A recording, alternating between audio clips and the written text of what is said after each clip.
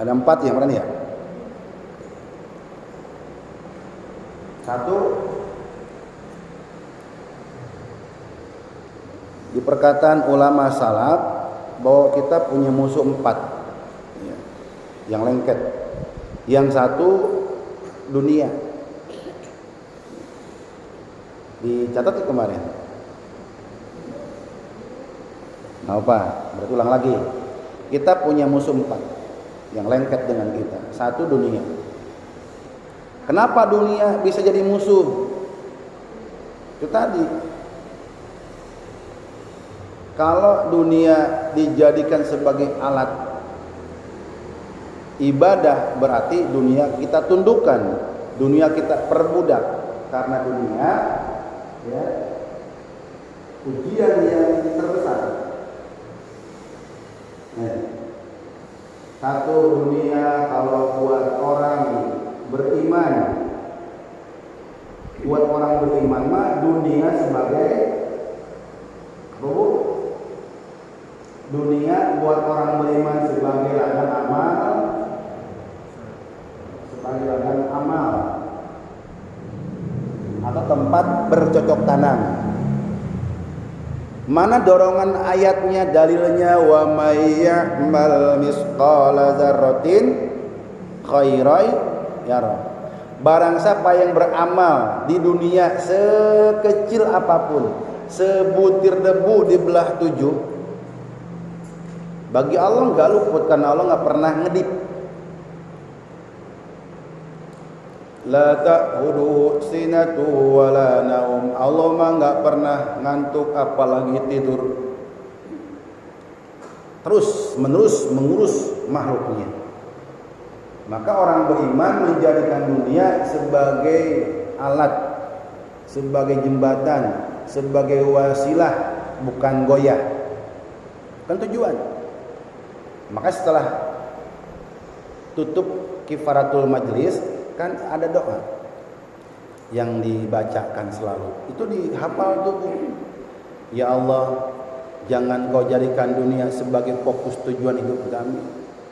Jangan kau jadikan fitnah di dalam agama kami. Coba diulang orang. Itu sahih doa dari kanjeng Nabi. Yang belum punya nyalin, disalin nanti fotokopi. Ya Allah, jangan kau jadikan dunia sebagai tujuan fokus kami.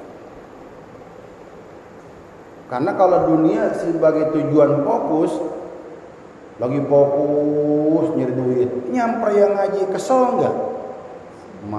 Ganggu aja nih, orang mau arisan. Kan fokus. Lagi fokus dunia, terdengar suara azan. Aduh, baru mulai ini nyari duit.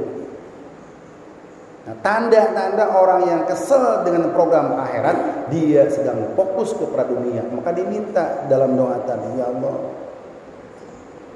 jangan kau jadikan la tazal, jangan kau jadikan dunia sebagai pusat perhatian kami. Repot kalau dia pusat perhatian. Suami istri bisa ribut karena duit mah nggak ada saudaranya, duit mah nggak ada suami istri, Bu.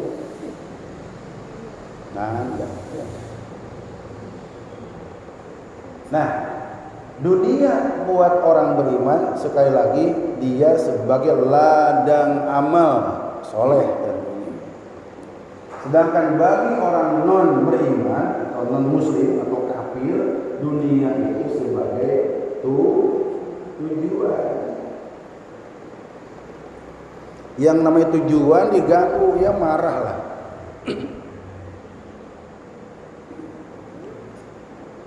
Maka musuh dalam arti bukan harus dihancur dan di bumi hanguskan. Musuh dalam konteks ditundukkan. Jadi dunia itu harus ibu tundukkan agar dia mau melayani kita. Dan Allah berjanji dunia dalam hadis qudsi, dunia pasti datang kepada kita ya, sebagai budak dan berkhidmat kepada kita, bukan sekedar jatah kita yang dikasih oleh Allah, tapi Allah titipkan punya orang, Allah titipkan punya yang lain. Karena pas nih orang jadi torn nih. Mana dalilnya? Sering saya sampaikan dalam bab ini, karena penting.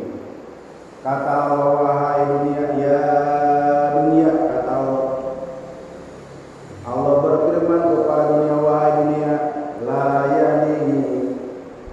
layani berkhidmat kepada orang.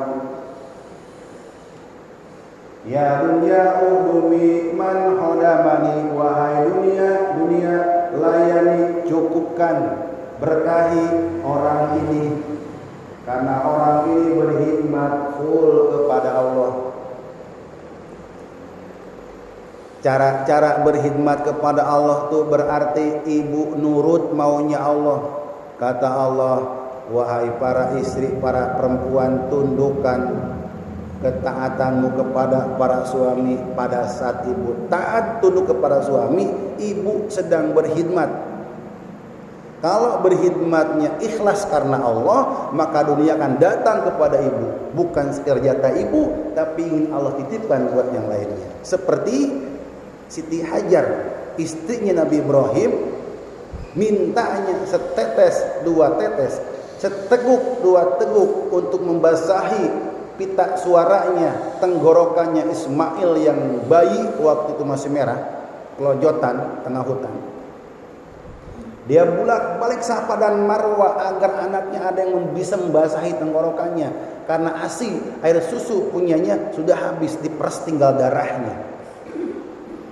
Kebayang gak?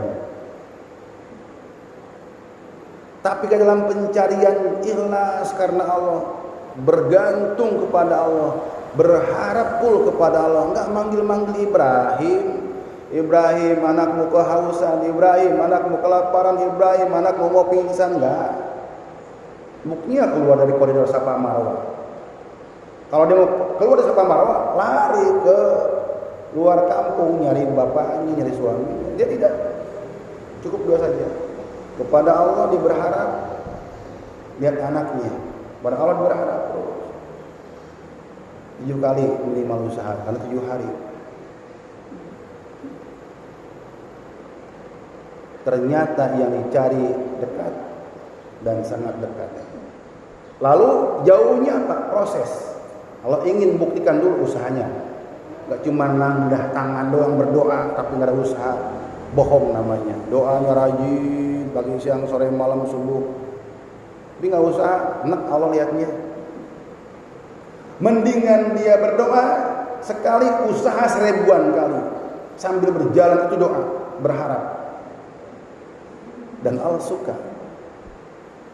Bentuk sukanya Allah bukan setetes dua tetes, bukan seteguk dua teguk yang diberikan, tapi apa hari ini berapa ribu orang, 5 juta tiap tahun datang ke Mekah. Habis nggak tuh jam-jamnya, Bu? Kenapa kisah ini yang diabadikan dalam Quran nggak Ibu petik hikmahnya? Ini kebanyakan nonton itu Korea tuh ya namanya. Korban Korea sama India ya jarang nonton Quran. Karena kisah Siti Hajar itu viralnya jelang Idul Adha. Iya, oke, kejadiannya. Tapi kan hikmahnya sepanjang masa. Paham ya? Jadi yang Allah ingin buktikan usahanya. Lah sekarang jangankan bisa memberi kepada orang lain, sedekah pada saudara kita, buat kita aja kembang kempis, ada apa dengan iman kita? Ada apa dengan ibadah kita? Macet di mana ini? Buat saya seretnya ya Allah, kenapa ini? Padahal jiwa dermawannya ada, pengen memberi kepada yang lain. Kenapa enggak Allah titipkan? Ada yang koslet di situ. Ya. Jadi kebalik dia, harusnya dia berkhidmat kepada Allah. Yang kedua, yang ngerinya nih. Yang kedua apa? Ya dunia, Wasta'ini man hodamaki. Wahai dunia perbudak. Wahai dunia perbudak. Ini orang bikin dia terus kekurangan kepadamu, bikin dia cinta kepadamu, bikin dia berharap kepadamu. Siang dan malam full 24 jam, 8 hari kalau bisa. Sampai nggak ada kesempatan buat mohon maaf deh, saya nggak sempat ngaji kayak ibu, ya, sibuk. Tak sadar dia dalam konteks agama sesungguhnya dia sedang diperbudak dunia, musuh yang menjadi apa? Musuh harus ditundukkan menjadi budak, membudaki dia, ya. Jadi perbudak akhirnya. Wahai dunia, perbudak orang ini. Kenapa ya Allah kok diperbudak? Karena dia berkhidmat siang dan malam. Umat kami bangun tidur ngomong duit, mau tidur ngomong duit, berantem masalah duit, cerai pun gara-gara duit. Tuh tandanya dia berkhidmatnya kepada dunia. Ya ujungnya sengsara lah, ya. Di pelupuk matanya ditetapkan oleh Allah apa? Kekurangan yang selalu menghantui. Dapat 5 juta, dihantui 6 juta. Kurangnya gitu, ya. Dapat 1 miliar, dibayang-bayangi kekurangan 2 miliar. Ada ujungnya nggak sih? Tapi kalau yang tadi berkhidmat kepada Allah, Allah tancapkan di hatinya, tetapkan di hatinya sifat qanaah dan di pelupuk matanya rasa cukup. Sehingga berapapun yang ia dapati, berapapun suami memberinya, tidak ada kalimat kecuali alhamdulillah cukup. Karena di benaknya semakin besar, semakin ngeri dan semakin takut hisabnya nanti di padang mahsyar.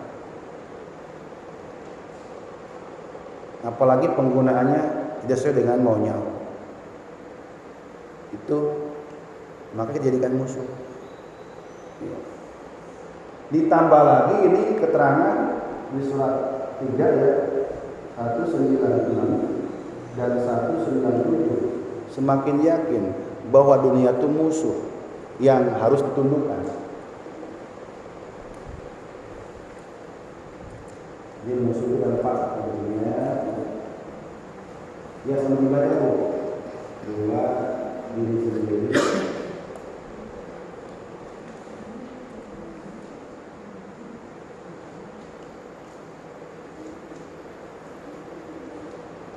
Ali Imran 196 dan 197. Nggak apa-apa terjemahnya.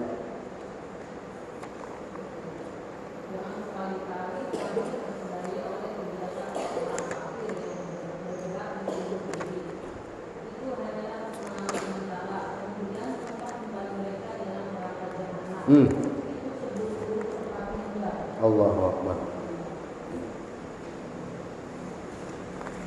Allah berpesan kepada ahli hidmat yang berkhidmat kepada Allah.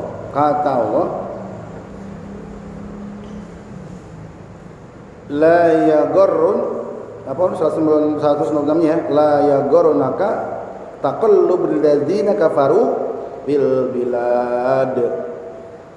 Jangan sekali-kali kamu terpedaya oleh kegiatan orang-orang kafir yang bergerak di seluruh negeri. Karena orang kafir mah tujuannya dunia, Tuhannya dunia. Apa itu dunia? Harta, tahta, dan wanita. 3 Tuhan, trik tunggal tuh. Harta dia punya banyak banget. Perempuan di sekelilingnya. Satu lagi belum nih, apa? Jabatan, anggota dewan, nggak dapet. Udah ngasih konblok, udah ngasih karpet, udah serangan pajar, nggak dapet. Diminta lagi, sini karpetnya punya saya, bongkar tuh konbloknya, sini amplopnya. Nggak bisa dicopot lagi, orang udah diinjek-injek. Akhirnya ngomong sendiri tengah jalan, alias stres. Ya. Perempuan banyak, duit banyak, nggak kesampaian, satu lagi stres, Bu. Dan ujungnya cinta dunia pasti stres, karena nggak ada ujungnya. Dunia kecil kematian, dan kematian bukan segala-galanya, akan dipertanggungjawabkan. Tapi kalau cintanya kepada akhirat, ujungnya kebahagiaan, karena ada seluas langit dan bumi terhampar Allah siapkan. Kenapa nggak boleh terpedaya kita? Karena mata'un qalil, itu kesenangan yang sedikit sementara. Udah sedikit sementara, Bu. Nggak percaya, kata Nabi, pergi ke Ancol. Nongkrong pinggir laut, celupkan jarimu, angkat sedikit. Ada yang netes gak, Bu? Kata Nabi, itu yang netes itu dunia, sedangkan akhirat tak ada ujung pandang, terhampar semuanya. Itu akhirat. Sedangkan yang netes dari ujung telunjuk itu diperebutkan siang dan malam. Orang beriman, orang kafir, monyet, kera, babi, apalagi kambing, kecoa, tikus. Akhirnya kolaborasi dia orang sama monyet, ya topeng monyet. Sama tikus juga kolaborasi, tikus kantor. Ya. Jadi Nabi kabarkan bahwa dunia setetes air di lautan, berebut siang dan malam. Maka ini ayatnya, jangan terpedaya. Mereka mah nyari duitnya, tak kenal halal, tak kenal haram, nggak kenal siang, nggak kenal malam.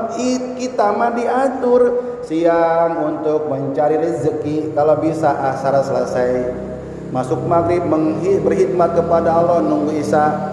Kalau tidak ada kepentingan, terus sore bangun jam 3, terus sampai subuh berzikir istighfar di penghujungnya, pagi lagi. Itu orang beriman. Tapi kalau mereka enggak, makanya Allah kasih tahu, jangan kayak dia cara nyari duit. Karena uang yang diberikan makanan sembako, dari uang yang haram kita berikan sembako, dimakan, diminum, dikonsumsi, jadi bedak, jadi lipstik. Kalau haram memenuhi perut kita, nempel di kulit kita, sulit Al-Quran mau datang ruhnya kepada kita. Darahnya haram, sumsumnya haram, spermanya haram, kulitnya haram, sampai keringatnya udah bau juga haram juga. Makanya Ramadan 1 bulan full, caranya menundukkan musuh yang kedua nih. Gimana caranya? Berhenti makan, Bu, meminum. Yang halal aja berhenti, apalagi yang haram. Makanya Ramadan itu salah satu tempat untuk menginstal ulang dan pemutihan dosa. Pemutihan dosa harian, as-shalawatul khamsun, salat yang 5 waktu, zuhur ke asar, ya. Tadi subuh nih, subuh ke zuhur, zuhur ke asar, asar ke maghrib, maghrib ke isya, kembali subuh lagi. Antara salat ke salat itu penghapus dosa. As-shalawatul khamsun, penghapus dosa harian. Wal jum'ah ilal jum'ah, penghapus dosa mingguan, Jumat ketemu Jumat. Bapak ibu sama, laki perempuan sama, di Jumat ini ketemu Jumat yang akan datang, dihapus dosanya. Habis, Bu, bersih.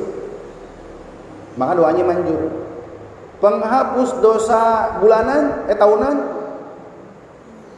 Ramadan. Makanya hadisnya as-shalawatul khamsun wal jum'ah ilal jum'ah wa Ramadan illa Ramadan mukaffirat dzunubi idza istanabal kabair. Salat yang 5 waktu, Jumat ke Jumat, dan Ramadan ke Ramadan, insyaallah sebentar lagi. adalah penghapus diantaranya, illa kecuali dosa gede. Jadi yang bisa disapu oleh Ramadan, disapu oleh Jumatan, disapu oleh sholat 5 waktu adalah dosa, bukan dosa termasuk yang besar. Apa dosa besar? Musyrik, zina, riba, rentenir, bangke, ya, membunuh, nggak bisa. Yang bisa dihapus dosa adalah dosa selain itu, kata Nabi. Terus gimana dong menghapuskan dosa besar? Tidak ada gerbangnya kecuali taubatan nasuha, taubat yang benar. Sebenar-benarnya taubat pasti memerlukan saksi agar ada yang mengingatkan, ada yang membantu, ada yang memantau, dan ada yang mengendalikan. Enggak cuma umat ini sendiri ya. Makanya mu'alaf yang hebat itu disaksikan ratusan orang. Begitu ya lupa diingatkan, Pak, Bapak kan Islamnya depan saya. Kalau kita kan Islam turunan. Makanya bapaknya doyan gapleh, anaknya main judi ya, tetesan ke bawah. Garam enggak ke atas, ke bawah. Makanya gak ada Islam turunan, gak ada dosa warisan, gak ada mewarisi keimanan di dalam Islam. Yang ada mencari sendiri, ikra, baca, kolam, tulis, tadabur, mikir. Coba dibandingkan dengan ibu nggak pernah waktu ngaji, nggak pernah mikirin Quran, hidupnya bebas semaunya. Begitu belajar Quran dan maknanya, oh ternyata. Yang namanya oh kan kosong, berarti masih bodoh kita. Beda dengan ya. Jadi cara kenapa diri sendiri adalah musuh? Konteks musuhnya pun dibunuh bukan? Ya. Ditundukkan. Makanya kita nggak disuruh membunuh nafsu. Ya kalau nafsu dibunuh mati kita. Orang makan bakso aja kalau nggak nafsu ibu diem aja. Bu, bakso urat nih bu, bakso beranak nih bu, bakso apa lagi? Diem aja. Nggak nafsu, ya, nggak bisa. Semua pakai nafsu, ngaji pakai nafsu, semua harus pakai nafsu. Nafsu yang dirahmati oleh Allah, nafsu yang memberkati, nafsu yang menyelamatkan. Makanya kudu ditundukkan. Nafsu liar tanpa tunduk semua dikawinin tanpa nikah, ya, kayak kambing. Ditundukkan dengan syariat nikah. Kebayang nggak? Nih nafsu tidak ditundukkan, liar bu. Ujungnya nggak kenal halal, nggak kenal haram. Maka musuh yang kedua adalah diri sendiri. Yang dimaksud diri sendiri adalah hawa nafsu. Jadi hawa itu keinginan, nafsu itu diri sendiri. Makanya yang pertama perempuan diciptakan namanya Siti Hawa. Siti itu perempuan yang banyak keinginan. Makanya perempuan yang nggak ngaji, perempuan yang nggak tahu Quran, perempuan yang nggak tahu syariat, kemauannya melebihi kemampuannya. Ya kan? Datanglah wahyu, maka kata Allah, kata Rasul, la yu'minu ahadukum hatta yakunu hawahu taba'an ma jitu bihi. Tidak dikatakan beriman, tidak sempurna imannya sebelum hawa nafsunya, keinginannya apa? Tabaan. Sebelum keinginannya tabaan majitubi. Apa bi? Al-Quran. Tidak dikatakan beriman di antara ibu dan saya pun sebelum hawa nafsunya mengikuti apa-apa yang didatangkan dari Allah. Maka si nafsu tidak tunduk kepada wahyu, berantakan hidupnya. Lihat perempuan-perempuan yang susah pakai jilbabnya, yang nggak mau pakai kaos kaki, yang salaman melaki orang. Kayak apa hidupnya, Bu? Tetap suaminya menahan juga cemburu. Ya. Maka datanglah Quran, datanglah hadis. Kata hadis, semua perempuan dari ujung rambut sampai ujung jempol adalah aurat, illa kecuali yang dibolehkan nampak telapak tangan dan wajah. Ya. Bahkan ada yang sebagian mazhab mewajibkan cadar. Ya, walaupun itu sampai kiamat pun berdebat antara wajib, mustahab dan sunnah. Bisa wajib kalau suaminya nyuruh, Bu, pakai jilbab. Karena ada laki-laki lihat hidung ibu pingsan langsung. Ya, tuh kemarin tuh ngebeca lihat pipi ibu kelepek-kelepek, jilbab pakai cadar. Nah, itu wajib tuh. Buat perempuan tadi jadi wajib. Nggak pakai dosa sepanjang hayat. Padahal awalnya mustahab, anjuran. Tapi kembali ke dasar hukumnya, perempuan itu semuanya aurat kecuali dua, wajah dan telapak tangan. Untuk apa? Untuk komunikasi. Karena ini tundukan, ingat, bukan matanya. Godul basor itu tundukan nafsunya. Percuma mata begini nafsunya menghayal. Ya. Banyak Quran menggunakan kalimat godul basor, tundukan syahwatmu. Enggak kalimat godul ain. Ya. Nanti itu pembahasannya. Jadi yang kedua, diri sendiri nafsu. Ini bahaya nih setelah dunia. Ya. Karena kalau Hawa ini sudah menguasai jiwa dan tidak ada alat kendali iman, tidak tunduk kepada Allah. Nggak kebayang deh. Nggak ngeri pokoknya. Jangan gaul sama mereka, tinggalkan mereka. Bahaya. Nular, dan nularnya nggak tanggung lewat ain, pandangan mata. Ibu gaul sama orang begituan, gak nunda detik, Bu, kilat. Ya. Karena mata yang dengki itu atau mata yang kosong dari zikir, setan akan mengendalikan. Tuh, emansipasi. Tuh perempuan kalau pengen wibawa, tuh perempuan udah zamannya. Tuh perempuan digituin matanya. Karena memandang yang berjilbab, memandang yang berhijab udah kecil. Yang ketiga, musuh setelah diri sendiri adalah setan. Setan dari kalangan jin. Kita punya musuh setelah diri kita sendiri, setan dari kalangan jin. Ada yang berkata kalau dari kalangan jin, selama iman kita kuat, tauhid kita sempurna kepada Allah, kita baca ayat kursi, angus dia, Bu, pingsan dia, panas dia. Kalau setan dari kalangan jin, makanya istilah ruqyah itu semakin berkembang. Ada istilah ruqyah masal, ya kan? Barang-barang di ruqyah. Pak kesurupan nggak tuh? Pengen di sini ngadain? Ya. Bukan saya yang ruqyah, bukan. Saya bukan ahlinya. Malu kalau saya kesurupan kan. Belum pede kita ngelain setan ya. Ada sahabat kita, guru kita, kalau mau ngadain ruqyah masal, habis lebaran deh ya. Siapa yang pernah kelojotan ketahuan tuh ya. Siapin aja kresek ya.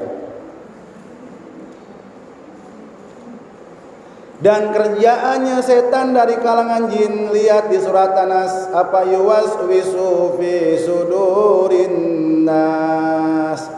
Cara menggoda manusia, setan dari kalangan jin mah cuma ngebisikin doang. Sini bisikinnya bukan di sini, Bu, sini. Dari walaupun setannya dicelebut nih ya, Ibu di sini. Bisa dibisikin. Itu kelebihan setan dari kalangan jin. Dibisikin Bu, ngaji jangan lama-lama, ya. Ditiup dari kejauhan, mata jadi pedes, sepet, ya kan, bokong jadi gatel, pikirannya melayang kemana-mana, kesetanan itu, ya. Makanya yang baru datang, yang baru hadir tadi tidak baca doa bareng-bareng masing-masing. Apa? Alhamdulillah.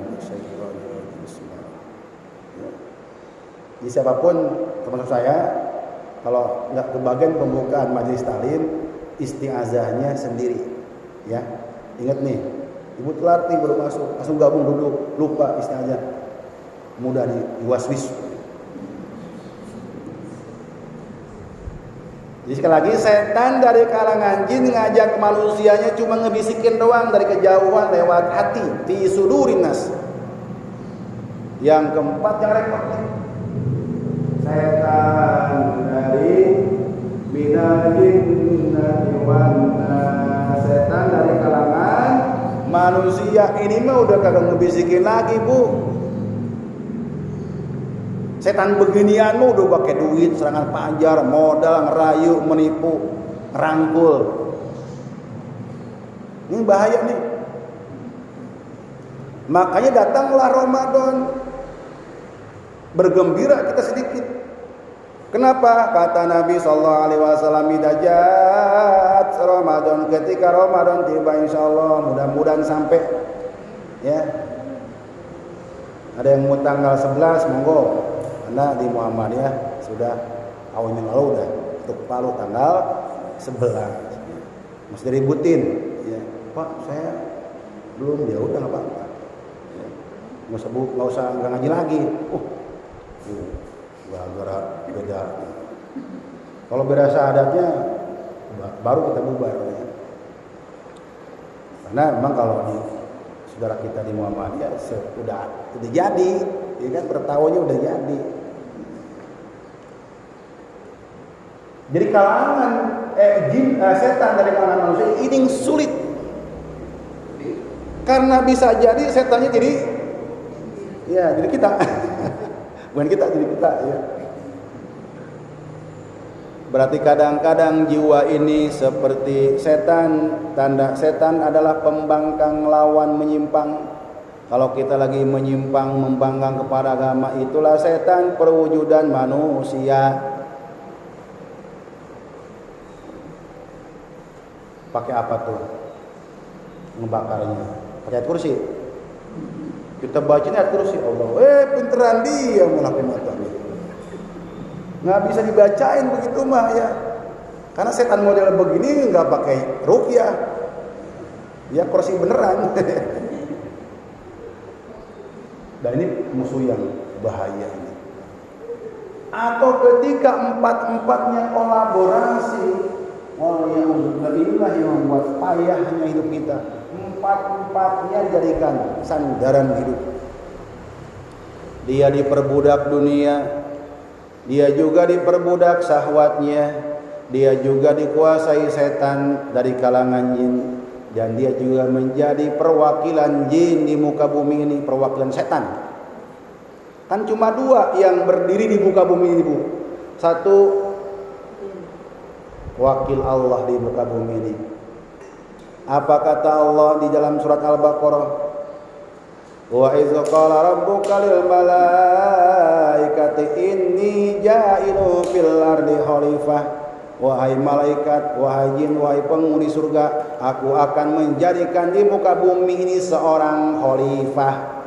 Dalam tafsir Jalalain dikatakan khalifah itu adalah perwakilan Allah yang akan menegakkan hukum-hukum Allah, atau yang mewakili Allah di muka bumi ini, mewakili Quran. Karena seluruh keinginan Allah sudah semua di situ, ya. Maka yang membawa ini kemana-mana, yang mendakwahkan ini kemana-mana, yang mewakafkan ini kemana-mana, yang menjaga ini di mana-mana, dia adalah perwujudan wakil Allah di muka bumi ini. Paham? Ya, tentu dari Nabi terdahulu sampai Nabi Muhammad. Selesai Nabi, tidak ada lagi khataman nabiyyin. Maka sebelum wafatnya beliau berwasiat mewarisi taraktu fikum amroini. Aku wariskan dua perkara. Perkara yang pertama dari Allah, kalau Allah, Quran. Wasiat yang kedua, qala Rasul, hadis. Ma tamasaktum bihi kitaballah wa sunnatu rasul lan tadilu abada. Berpegang teguh kalian kepada keduanya, gak bakal nyasar hidup ini. Gak bakal sesat. Yang bikin cekcok, tawuran, berantem itu karena dua-duanya nggak ngerti Quran. Suami istri yang nggak ngerti Quran, dikit aja masalah besar efeknya. Karena nggak, pokoknya ini nggak jadikan wasiat, malah dijadikan jimat. Dibikin sakralisasi tapi tidak aktualisasi. Dibikin kalau pindahan rumah Yasin, sunatan Yasin, syukuran Yasin. Salah Yasinnya, enggak salah, orangnya enggak paham. Lama-lama dia mensakralkan surat itu tapi tidak mengaktualkan. Sedangkan Quran itu aktualisasi, menjawantahkan Quran di dalam kehidupan. Nah, orang yang menjawantahkan Quran dalam kehidupan, dialah wakil Allah. Sukses dia. Begitu meninggalkan dunia, datang kepada Allah, ada tanda dan buktinya. Kamu lulus jadi wakil aku di muka bumi. Tapi kalau selama hidupnya boro-boro belajar sama Quran, punya aja enggak. Punya sih satu surat Yasin, itu pun bukan beli, dikasih karena tetangganya meninggal.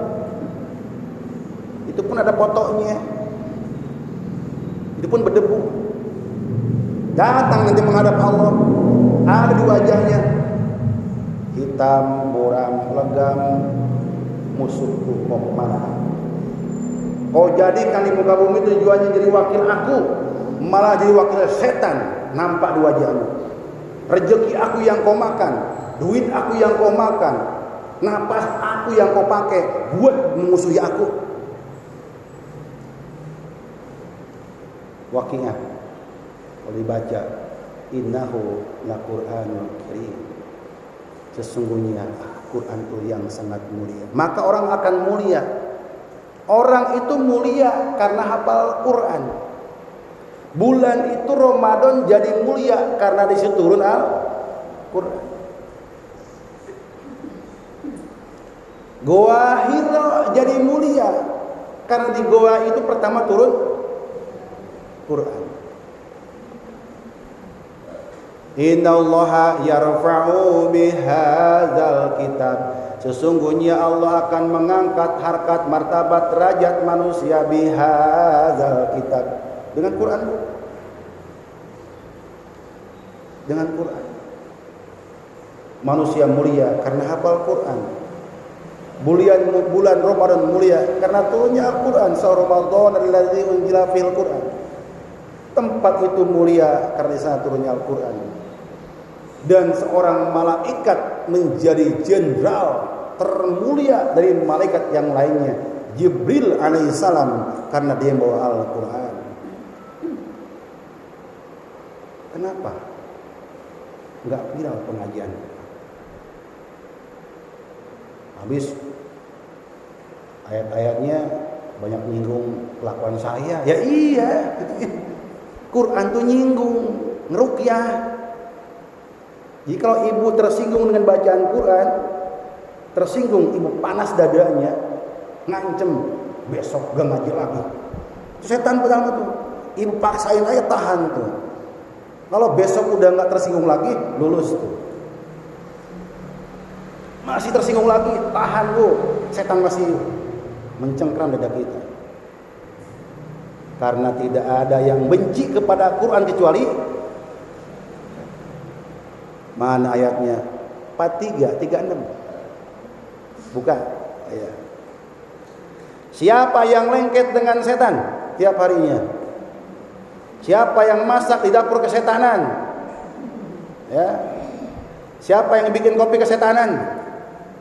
Lihat 43, 36. Surat Az-Zukhruf ya.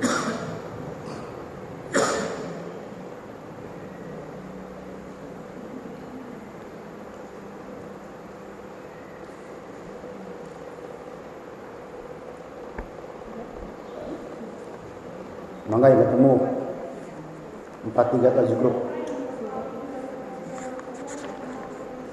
ya.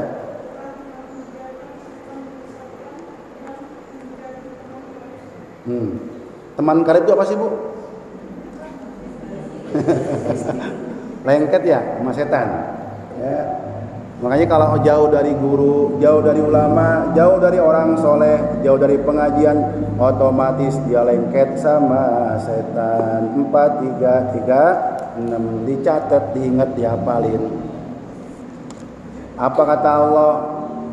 Wa may ya'shu an dzikrir rahmani nuqayyid lahu syaitanan fa huwa lahu qarin.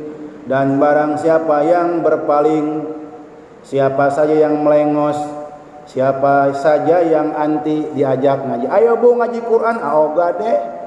Ayo Bu ngaji Quran, dia melengos deh. Ayo Bu ngaji Quran, dia pura-pura nolak dengan cara yang halus. Sehalus apapun penolakan Allah mah enggak ketipu. Ya Bu. Pokoknya melengos dan intinya berpaling, mau nolak dengan kasar, mau nolak dengan halus, mau berkamuflase, mau seperti apa penolakannya terserah, itu teknis. Intinya siapa saja yang nolak Al-Qur'an sebagai hukum dan panduan, pedoman dan sebagai rahmat dalam kehidupannya, apa kata Allah, nuqayyid lahu syaitonan, maka akan diberikan teman akrab, teman karib, tidur bareng, mandi bareng, makan bareng. Ya. Makanya orang yang makan kesetanan mah jarang berjamaah, jarang dia traktir orang, ngumpet dia apalagi makan duren ya. Karena aja sampahnya tetangga kebagian. Ya. Tetangga ada yang lapar, ada yang haus, nelen doang udah gitu. Barang siapa yang berpaling dari pengajaran Al-Quran, ajaran yang dipakai, bacanya tiap malam, tapi ajarannya ditinggalkan, maka kata Allah akan diberikan setan yang menyesatkan. Dia hafal Quran tapi gunjing orangnya tiap hari. Dia hafal Quran tapi rentenirnya dimakan. Dia hafal Quran tapi uang haram juga diembat. Dia hafal Quran tapi cekcok rumah tangganya. Dia hafal Quran tapi nggak pernah bangun malam. Dia hafal Al-Quran tapi nggak pernah mendoakan saudaranya. Berarti penghafal Quran tapi lengket dengan setan.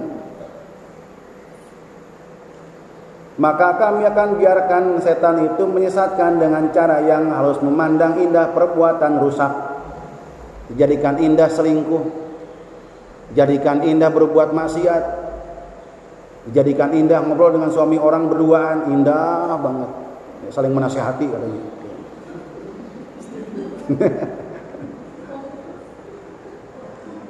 Dan menjadikan teman akrab tuh lengket, nempel, namanya akrab, qarib, sahabat karib nih.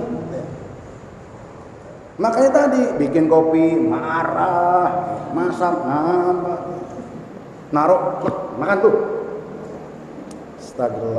Astagfirullah. Ya. Pengen berubah, pengen hijrah, kembali ikuti ajaran Quran. Balik aja ini ayat ini. Barang siapa yang kembali kepada ajaran Al-Quran, maka akan Allah hindarkan dari setan, dan akan Allah berikan teman yang lengket dari kalangan malaikat. Mau nggak Bu? Sekalipun ibu lagi masak lupa, disangkanya gula, garam lagi, sampai 3 kali, kan puasin banget itu ya. Tetapi karena malaikat lengket dengan ibu, makan bareng dengan suami, dimakan sama suami, pahit padahal. Tetapi malaikat ngebisikin ke hati suami, jangan kau katakan pahit depan istri. Dia capek tahu, dia lelah tahu. Sejak subuh, sejak gelap dia mengurus rumah tangga, kamu cuma tidur doang. Enak Bu masakannya. Padahal pahit banget itu. Siapa yang mengorek batinnya? Malaikat, karena ibu lengket sama malaikat, biarkan malaikat yang bermain. Coba dengan setan, masakannya mahal. Woi, ayam juga ayam plet, ya, bumbunya dari Cina. Oh, masakan juga sambil dari YouTube tuh, itunya tuh resepnya. Enak pokoknya, mahal dijual juga. Tapi karena setan mengorek batin suaminya, tahu nggak lagi masak, chattingan tahu. Setan main.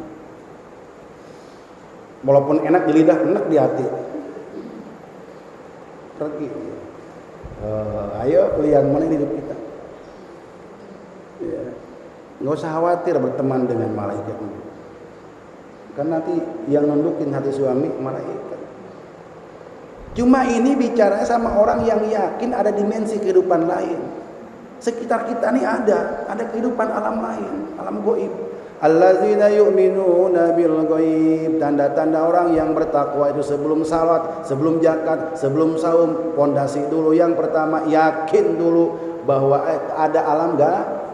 Salah satu penghuni alam gaib itu malaikat yang lengket dengan kita hariannya adalah malaikat hafazah. Tuh. Silakan pilih mau lengket sama setan atau malaikat. Baik, karena waktu sudah habis ya. Nanti nextnya karena ternyata Sabtu depan masih belum Ramadan ya. Nah, sebagai pembekalan terakhir, keutamaan salah satu keutamaan Ramadan yang kita rindukan apa tadi? Ar-Ramadan illa Ramadan mukafirat dunubi. Berarti keutamaan Ramadan adalah pemutihan apa Bu? Siapa yang gak rindu? Siapa yang tidak kangen bahwa Ramadan adalah pemutihan dosa yang 11 bulan? Mana dalilnya Ustaz? Tambahin lagi. Tadi satu ya. Yang kedua, apa dalilnya? Man soma Ramadana imanan wahtisaban ghufira lahu ma taqaddama min dambi. Barang siapa yang saum, man soma, siapa yang saum Ramadan, di Ramadan yang akan datang. Berapa hari lagi ya? Sekarang tanggal berapa?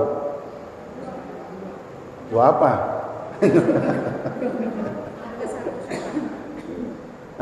Dua Saban ya, selikur ya.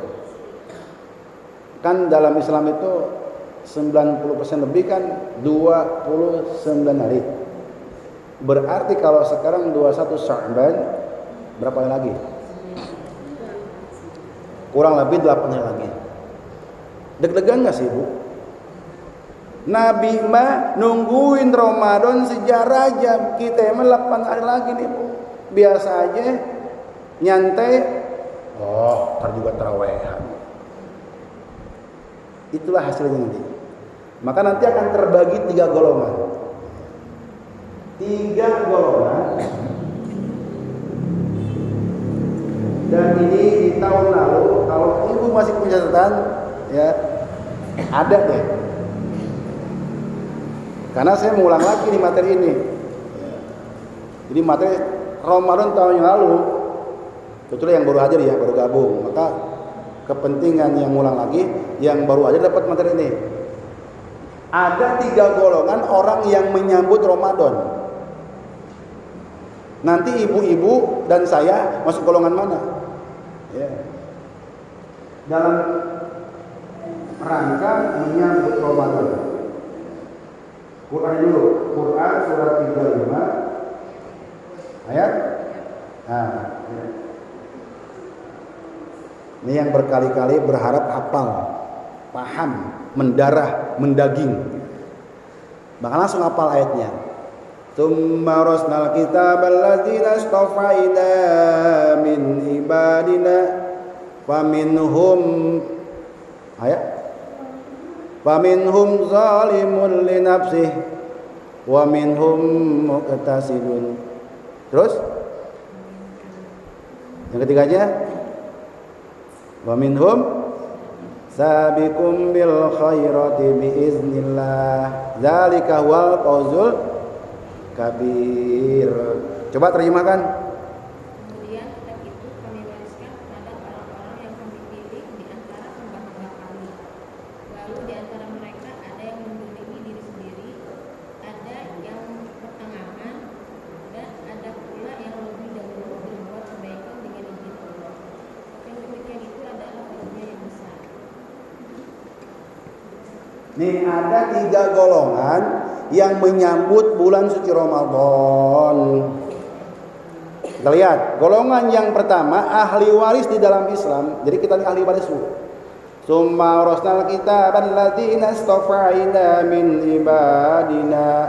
Kemudian Rasulullah sallallahu alaihi wasallam mewarisi kitab ini kepada kita. Jadi kita ini ahli waris. Di dalam ahli waris yang dipilih oleh Kangjeng Nabi terbagi menjadi 3 kelompok. Padahal 3-tiganya dipilih.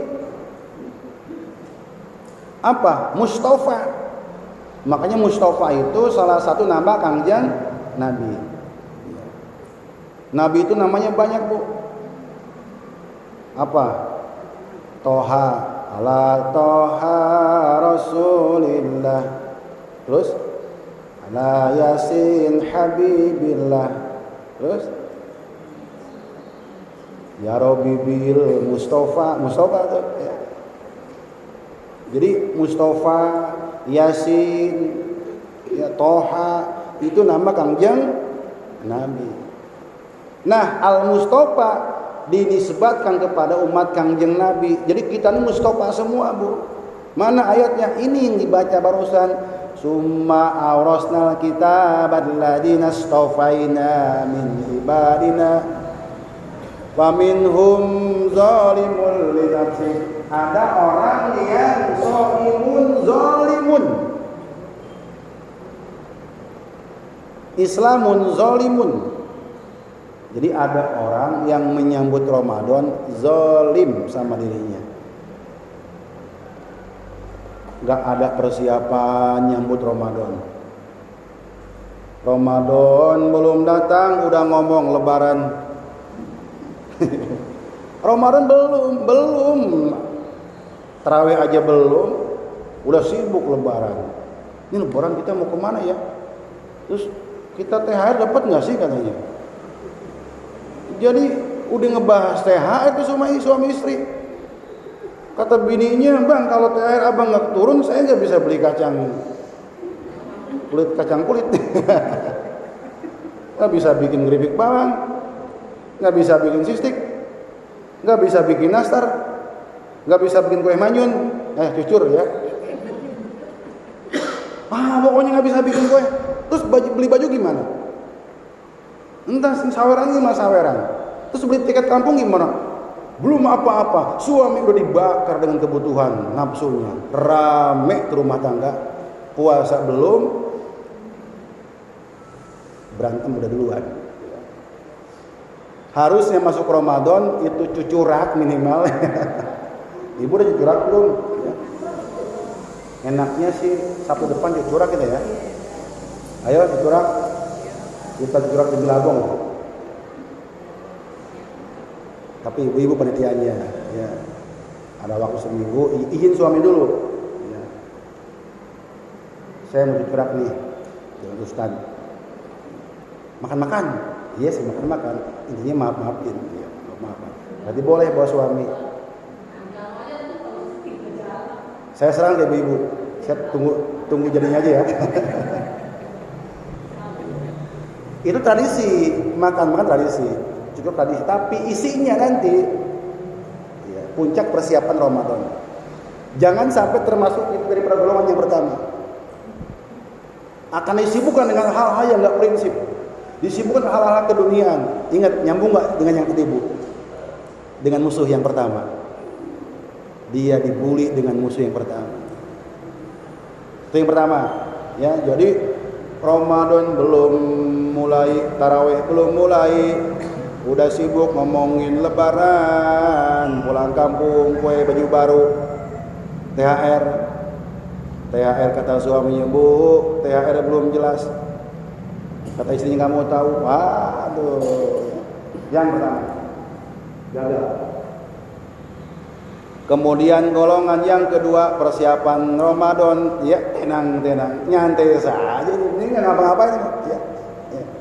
Nggak begitu euforia, enggak, ya. Zolim juga nggak begitu. Dia jadikan Ramadan ya biasa aja, udah datang aja, pergi aja, datang pergi, biasa berlalu. Kayaknya banyak orang udah begini ya. Di sekitar ibu nih, aroma Ramadan udah tercium belum sih? Saya kemarin ngajarin ibu-ibu yang di rumah, bu, hadirkan aroma Ramadan di bulan Sa'ban nih. Udah ibu bangun jam 3 aja, berisik di dapur, mukulin wajan apa kayak mukulin. Begitu suaminya bangun, karena suaminya soleh ya, bangun tuh, bu, lagi masak bu, kayak Ramadan aja nih. Nah, saya bilang kalau suami udah bilang begitu, sukses di rumah, udah hadir aroma Ramadan. Coba ibu jam 3 bangun, teng masak. Begitu bangun suaminya marah, melotot, gagal. Iya gagal. Kamu tahu, lagi ngantuk nih. Ya Allah, ya Rabbi, gagal deh. Belum terlambat, belum. Maka Senin Kemis, mulai kemarin tuh ya, luar biasa, 5 hari itu. Sekarang masih ada waktu berarti. Yang biasa Senin Kamis, yang biasa puasa Daud, yang biasa puasa sunnah, lanjutin. Kalau nggak pernah puasa sebelumnya, maka nisfu Sa'ban kemarin adalah batas. Nggak boleh puasa lagi. Terkecuali yang sudah biasa. Kalau tanggal 11 Ramadan hari apa jatuhnya Bu? Ya? Senin ya? Biasa ya. The next gitu ya. Kelompok yang kedua menyambut Ramadan biasa-biasa aja sih. Ibu ngerasain gak sih waktu ibu bertamu nih, para sahabat lengket, sahabat akrab, satu kampung, ketemu di perantauan, berharap ibu assalamualaikum disambut, teman lama saya kemana aja, gimana kabar, ayo masuk, ayo makan minum, pengennya digituin kan ya. Assalamualaikum, begitu masuk assalamualaikum, sahabat lama, waalaikumsalam, ayo masuk, sambil nyantai nyemprot kebon ya. Ibu punya rasa nggak Bu dicuekin? Pasti pulang lagi. Ramadan nggak pulang lagi Bu. Ya. Ramadan nunggu sabar dia, karena bulan sabar. As-sabru syahrul sabar. Begitu Ramadan datang kepada kelompok yang kedua, assalamualaikum kata Ramadan, berharap Ramadan disambut dengan euforia, dengan gembira, sukacita. Aduh, Ramadan masuk, ayo masuk, duduk sini. Ahlan wa sahlan, marhaban ya Ramadan, cetak banner. Saya nyetak banner udah hampir 2 minggu lalu Bu. Marhaban ya Ramadan toko Basmana. Bentuk apa? Ini tanzim kita. Ibu udah masang belum? Pasang lah. Banner berapa sih? Ya 1 kali kecil nggak apa-apa, besar nggak apa-apa kalau waktu yang nggak pegang. Itu bentuk kecintaannya kepada marhaban ya Ramadan. Ramadan tuh makhluk, dia tahu mana yang nyambut gembira euforia. Dia tahu. Begitu masuk kelompok yang ini pasti dah, udah sebel banget Ramadan nih. Awas, kamu ngerti apa-apa dari saya. Kedua, dicuekin. Kalau penyambut biasa aja. Kita aja makhluk biasa, dibiasain gitu. Ya Allah kok gini amat ya. Pulang lagi kita mau Bu ya. Makasih saya pamit ya. Ramadan enggak bu, dia syahrul sabar, dia bulan sabar, dicuekin, mau diantepin, mau disuguhin, dia datang kepada rumah itu, dia tunggu sampai 1 Syawal. Saya nggak akan pulang kalau kamu cuekin, tapi saya akan bersaksi di hadapan Allah bahwa kamu kelompok yang kedua, biasa aja bu saya, dan kamu nggak dapat apa-apa dari saya. Mau begitu? Maka tradisi yang dibenarkan, salah satu cucurak itu bentuknya senang, cuma beda lampiasannya. Bukan makan terakhir pesta pora, bukan. Makan terakhir di siang hari dengan merdeka, hari terakhir ya, besok kita tahan. Ada nasihat, ya, ada pengingat. Ini cucurak boleh isi aja, ya, atur panitia. Ya. Dadakan meeting gitu, untuk kebersamaan kita. Kata Ramadan, yang tadi dicuekin gak apa-apalah, saya cuekin. Tapi nanti saya datang kepada Allah, aku akan berkata apa adanya. Wahai Robku, si fulan tidak mengindahkanku. Aku datang malam hari malah dia tidur, nonton TV. Bahkan sampai penghujung 10 hari terakhir balas sibuk bikin kue di dapur. Saya cuekin tengah rumah. Semakin hari menjelang penghujung Ramadan semakin sibuk dia. Padahal bakal turun di penghujung malam kekasih Allah, petugas Allah, jenderalnya malaikat Jibril bakal turun di 10 terakhir. Tapi ya Allah, si fulan golongan yang kedua tambah cuek, tambah sibuk, malah disibukkan dengan perutnya, pakaiannya. Ya Allah, kelompok yang kedua.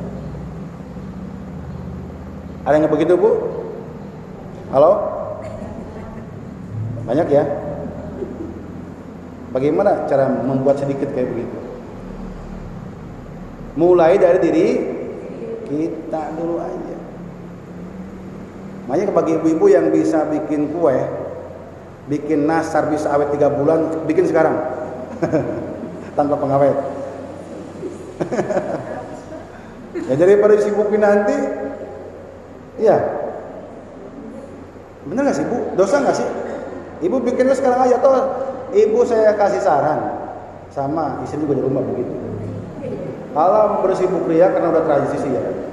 Orang copot dari tradisi lengket susah banget ya. Udah cinta banget tradisi.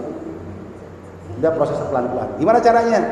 Boleh deh tanggal 1 sampai tanggal 18 atau sampai tanggal 19 sibukkan lah, boleh deh. Untuk ngabuburit kali ya, untuk nyari kesibukan kali ya.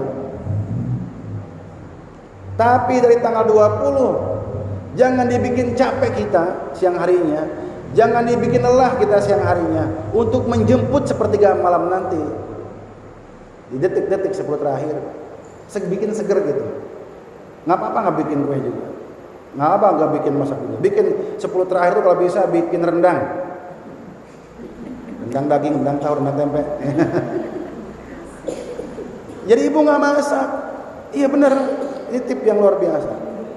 Jadi bikin masakannya nggak basi, karena saya tukang masak. Ya bikin aja orek-orek, tempe, kacang balado, bisa bukan seminggu itu 10 hari. Bikin kacang 3 kilo, terinya 1 kilo. Banyakan, ya bagi-bagi saudaranya. Berbagi di Ramadan luar biasa bu. Barang siapa yang ngasih bukaan di bulan suci Ramadan, seteguk air, seputir kurma dibagi 2. Kata Rasulullah SAW, bakal menjauhkan wajahnya 70 tahun dari neraka jahanam. Ayo saudara. Ibu niatkan, saya mau nyumbang deh, biar nggak sibuk 10 hari terakhir.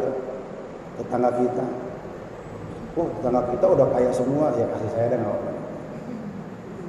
Bikin masakan yang bisa bertahan seminggu 2 minggu. Kerjaan ibu cuma ngangetin doang, ngangetin cuma 2 menit bu. Masak nasi. Jangan tiap hari dibikin sibuk. Jam 8 ngantri tukang sayur. Ngantri. Wah 2 kantong. Saya ngeliat begitu di 10 terakhir tuh. beli daun kelapa. Ya, buat apa tuh? Numpukin paya. Lampu. Ternyata bikin itu lontong. Nah, kayak begitu, mohon maaf. Berpikir begini Bu, seandainya Ramadan ini yang terakhir, apakah ada jaminan yang terbaik buat kita? Ingat nomor satu musuh kita tadi, dunia, yang akan merusak ibadah kita kepada Allah, bikin gak khusyuk, bikin gak tenang, bikin gak nyaman. Allahu Akbar, aduh suami saya belum turun lagi THR-nya. Gimana? Kan repot. Ahli datang ke saudaranya, ngomongin suaminya, tahu tuh suami saya di puasa di siang hari ngibah suaminya. Efeknya di mana? Awal dari tadi, karena THR telat, ganggu sholat. Assalamualaikum, ngadu sama saudaranya. Suami kamu udah turun THR-nya? Udah saya udah beli belanja kemana-mana. Suami saya belum juga. Aduh jangan itu. Begitu gembok gerbang dibuka, pintu selanjutnya terbuka. Itu kan setan, ya batal puasa, pahala puasanya. Nggak ngunjing orang, suami digibahin. Nah itu ke situ. Bikin kue yang tahan awet. Siapa yang suka bikin kue? Cari resep tanpa pengawet bisa awet. Masak. Ini 10 terakhir ya. Jadi ibu sibuk dah tuh 1 sampai tanggal 19 sibuk bikin kue, persiapan THR, baju nggak apa-apa. Tapi sayangilah, fokuslah. Karena Kangjeng Nabi 10 terakhir di mana? Fil masajid, di masjid. Itu persiapan Ramadan. Sampai hal sekecil itu pun dipersiapkan. Coba praktek Bu, silahkan praktek. Hasilnya indah luar biasa. Dan terasa kepergian Ramadan dalam dekapan 10 hari, terasa banget. Karena ibu siangnya nggak dibikin capek, cuma tadarus, ngangetin, masak nasi paling itu aktivitasnya. Maka malam harinya diberikan oleh Allah satu hikmah, satu perasaan yang terasa akan pergi tamu yang agung. Ya Allah, tamu yang agung mau pergi. Ini kelompok yang ketiga. Jangankan tamu depan rumah, tamu baru bilang saya OTW, nih, kan baru mau kan, udah senengnya kayak apa? Sahabat lama saya datang, teman lagi kecil ya Allah, sekampung lagi, masih saudara lagi. Bang, mau datang, anak-anak mau datang, kamu semua dibikin heboh, dibikin euforia, dibikin masakan yang paling enak, keluarin, kita sambut tamu, kan masih OTW, gue masih jauh, nggak apa-apa, biar kita nggak kaget. Terus komunikasi, ya kan? Sekarang di mana Bu posisi? Alhamdulillah masuk bandara Bu, alhamdulillah di bandara. Kan komunikasi terus Bu. Raja, berikan kemarin ya, Raja tempat menanam, terus Saban komunikasi tempat menyiram. Ini nyiram belum mau habis Bu. Komunikasi terus kan, terus besok mau panen. Halo, assalamualaikum, sampai mana Bu? Pak, udah turun dari bandara, dari kapal nih, lagi turun bandara, nyari Grab. Udah deket nih.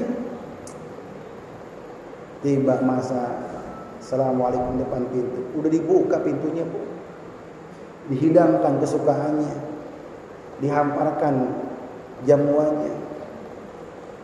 Tamu tadi niatnya cuma 3 hari menginap, dia berbisik kepada depan rumah, Bu, boleh nggak saya nambah seminggu lagi sini? Begitupun Ramadan datang kepada kita, dipantau sejarahnya.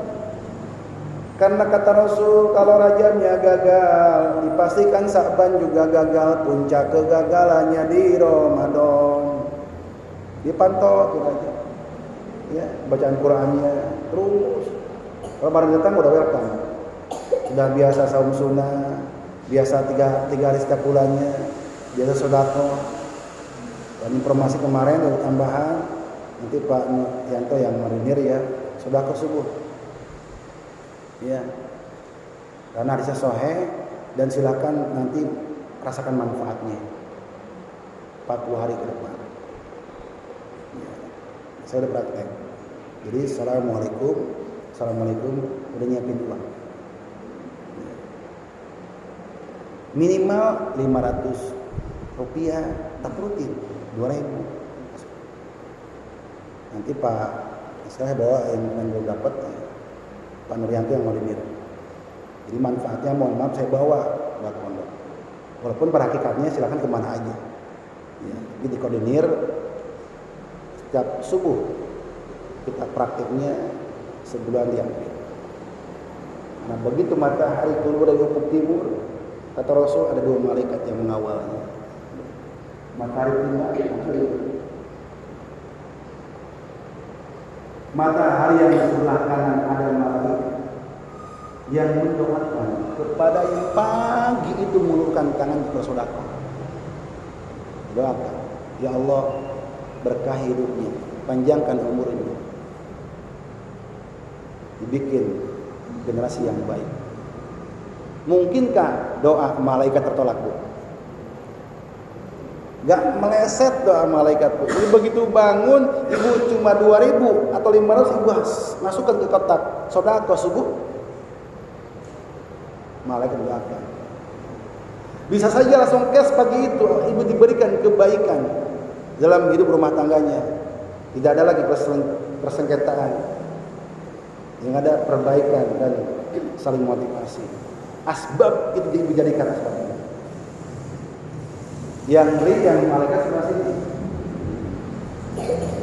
Selalu dan senantiasa nyumpahin, ngutuk, dan ya Allah cabut keberkahannya, rusakkan generasinya. Allah Rabbi, bisa jadi mungkinkah kutukan malaikat terpleset? Meleset. Kepadanya itu. Ya, sudah Rasul. Hadisnya Bukhari Muslim. Ya, di kelompok yang ketiga mudah-mudahan kita berada di sini. Jadi ini zalimun, ini muqtasidun, ini sabiqun.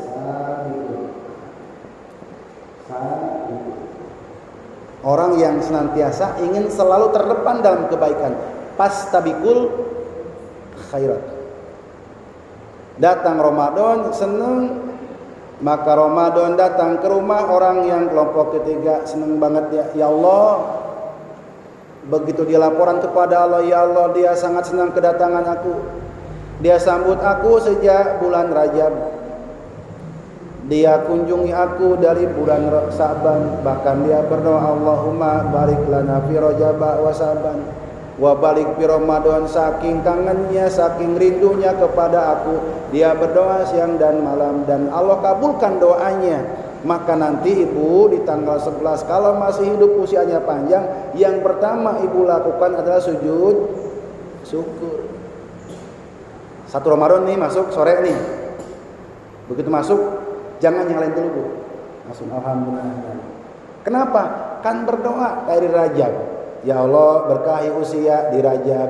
Ya Allah berkahi usia di Sa'ban. Ya Allah wa baligh fi Ramadan. Sampaikan di bulan Ramadan. Begitu sampai ngapain?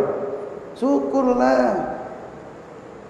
Alhamdulillah ya Allah subhanallah wa bihamdi. Subhanallah wa bihamdi. Subhanallah wa bihamdi. Alhamdulillah ya Allah. Tamu yang agung datang, tamu yang mulia hadir. Idza jaa Ramadan futihat abwabul jannah. Di kepalanya orang yang kelompok yang ketiga langsung meluncur kepada sabda Nabi sallallahu alaihi wasallam. Begitu datang Ramadan, apa yang terbenak di bayangannya? Idza jaa Ramadan futihat abwabul jannah. Ketika datang Ramadan, di kepalanya terbuka pintu-pintu surga. Beda dengan kelompok yang pertama dan yang kedua, ketika Ramadan tiba, terbayang kampung halamannya, terbayang tiketnya, terbayang THR-nya, baju baru, terus isi perut. Nih yang dua kelompok. Gak usah cerita, ibu masuk kelompok mana? Raba diri aja. Ini beda, yang ini beda. Si sabik beda sama si zolim, sama si muktasid. Ya. Jadi 3 kelompok. Kelompok pertama si zolimun, parah nih. Ya. Dia kalau habis makan siang dilelap mulutnya. Kopral mas. Padahal habis ngumpet di warteg dia, setan buntung. Yang kedua muqtasidun, 50-50 dia. Dia puasa sih puasa. Kadang separohnya. Pul juga pul ya. Ya, pul juga. Ya, cuma banyak hibah, banyak gunjing, enggak meresapi. Yang ketiga mudah-mudahan kita berdoa pada Allah Subhanahu wa taala. Kita masuk kelompok yang merindukan Ramadan Karim. Karena Allah hamparkan segudang, 2 gudang, ribuan gudang. Apa? Panen tiba, pahala. Yudha'af lahul jazaa liman yasha. Kata Allah Subhanahu wa taala, di bulan biasa saja kalau kita berbuat baik, man jaa bil hasanah falahu asru amsalihha. Di luar Ramadan kalau kita berbuat baik 10 pahalanya, tapi di dalam Ramadan Allah lipat gandakan, berlipat ganda. Dan itu hanya di Ramadan. Dan full 1 bulan penuh. Siapa yang ngerindu? Malu kalau ngerindu, rugi. Jadi yang terbayang begitu Ramadan tiba, langsung ilmunya meluncur kepada sabda Nabi, hadis di kepalanya bu. Ketika ya ayyuhallazina amanu kutiba alaikumusyamu kama kutiba alal ladzina min qablikum la'allakum tattaqun. Wahai orang yang beriman, yang kelompok ketiga, yang yakin kepada Allah dan Rasulnya, datang 1 Ramadan, puasalah. Sebagaimana puasanya orang-orang terdahulu. Orang-orang terdahulu mah puasanya enggak sibuk dengan THR. Orang-orang terdahulu mah begitu puasanya enggak sibuk dengan bikin kue. Orang-orang terdahulu mah disibukkan dengan alat perut. Orang terdahulu mah disibukkan dengan seputar air di masjid. Ya. Kan seperti terdahulu, karena seperti orang terdahulu puasanya. Jangan seperti orang sekarang. Ya. Orang sekarang banyak puasa muti, puasa geni, ya. Puasa karena sesuatu, puasa pengen norongnya laku, puasa karena dia jomblo terus, boleh sih. Ya. Kalau lillahi ta'ala. Yang pertama terbayang surga dibuka selama 1 bulan full. Sayang rugi kalau tidak dimanfaatkan. Yang kedua wa kuliqat abwabun nar, selama Ramadan neraka digembok full selama Ramadan. Dan terbayang yang ketiga wasufidati syayatin, surga dibuka, neraka digembok, setan dirantai. Setan yang mana yang dirantai? Setan dari kalangan jin yang paling parah, dedengkotnya jin. Kalau krecek-krecek masih liar. Bahkan setan dari kalangan manusia. Kata ulama, kalau kamu pengen lihat setan buntung nanti di bulan Ramadan, ya, saya pengen lihat setan gimana? Ramadan. Ya, lihat aja warteg sama nasi padang yang buka. Itu setan dari kalangan manusia. Makanya setan dari kalangan manusia mah nggak diikat. Siapa yang berani ikat suami ibu? Siapa yang ikat tetangga kita? Misalkan kalau sebelum zalik malah ngelawan dia. Ya. Tapi sekali lagi kita berdoa kepada Allah sesuai dengan harapan kita dari Raja. Ya, insya Allah seperti itu. Kurang lebihnya mohon maaf, dan puncak nanti di Cucurak. Ya. Kita sempurnakan dengan kajian santai. Silakan, intinya mau Cucurak ataupun di sini tergantung panitia. Saya ikut aja. Barakallahu li wa lakum. Allahumma arhamna bil Qur'an wa faqih fid din. Assalamualaikum warahmatullahi wabarakatuh.